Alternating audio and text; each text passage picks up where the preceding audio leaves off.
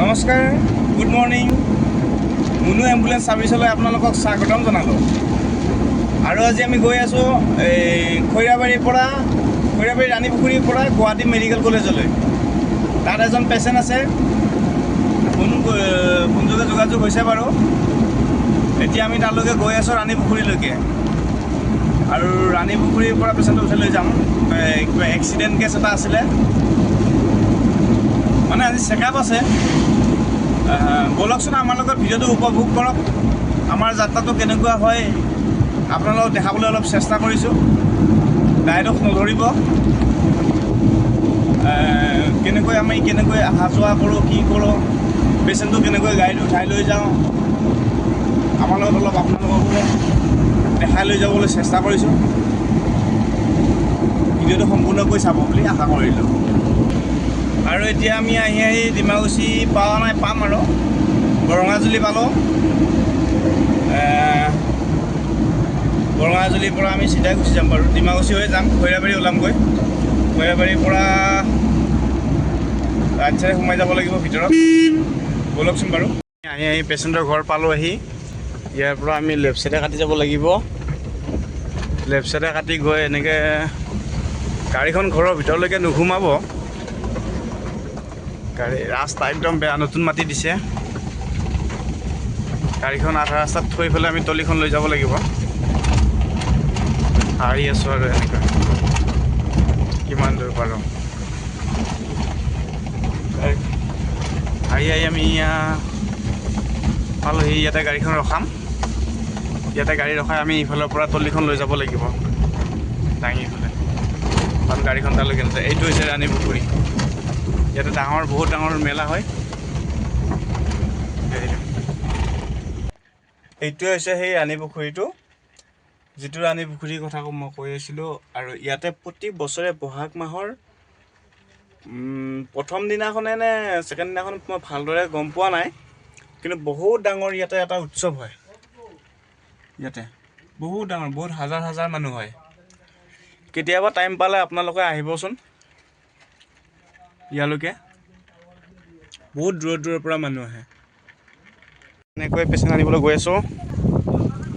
ৰাস্তাটোত আগতে গাড়ী সোমাইছিলে ইয়াতে, কিন্তু এতিয়া নতুনকৈ মাটি দিয়াৰ বাবে গাড়ী সোমাব নোৱাৰে আৰু ৰাস্তাটো সৰু হৈ গ'ল।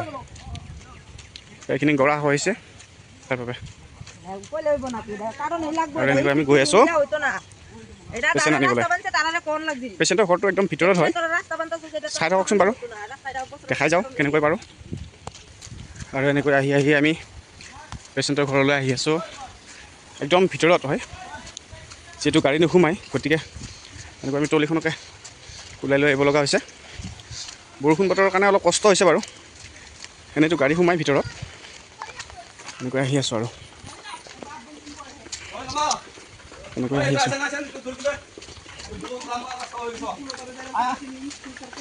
আহি আছোঁ। এনেকৈ আহি আমি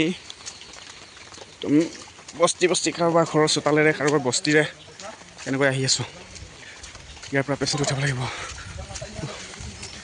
একদম অৱস্থা বেয়া। আহি আছোঁ আৰু এনেকৈ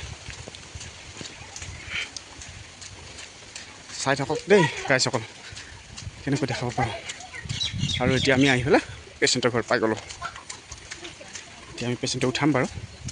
পেচেণ্ট আছে এই ঘৰত, পেচেণ্ট আছে এতিয়া ইয়াতে। এইখিনি আনন্দ এনেকৈ বৰষুণত ভিজাৰ বাবে এনেকৈ কৰিলোঁ আমি। এতিয়া মুচি ল'ব লগা হৈছে দেই। সেইটো আমাৰ পেচেণ্ট ভাই, কি খবৰ? ভাল পাইছানে নাই? অলপ ভাল হৈছে? চাওঁ হাতখন চাওঁ। অঁ, ভাল হৈ গ'ল। প্লাষ্টিকটো ওপৰত দিম না? নহয়, পিছত। এইটো আমাৰ পেচেণ্ট ভাই। এইটো ডাবলকৈ চাপি দিয়া হা কাপোৰটো। এই চাওক আমাৰ কি অৱস্থা হৈছে।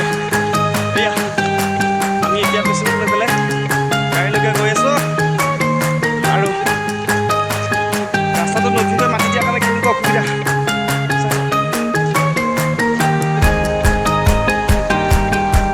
বৰষুণৰ কাৰণে টিপল দি লৈ আহিছোঁ দেই ৰাইজসকল, বেয়া নাপাব আকৌ, বেলেগ বুলি নাভাবিব আকৌ।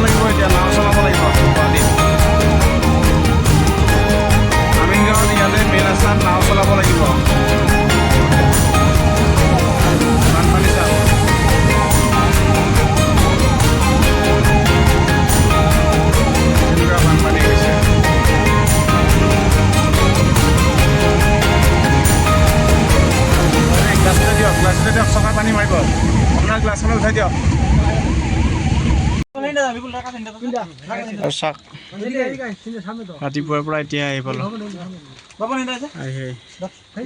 এতিয়া পেচেণ্ট নামাবলৈ ওলাইছোঁ এই চাব দে ইফালে পৰি যাব ইফালে পৰি যাব ইফালে ধৰিব লাগিব ইফালে পৰি যাব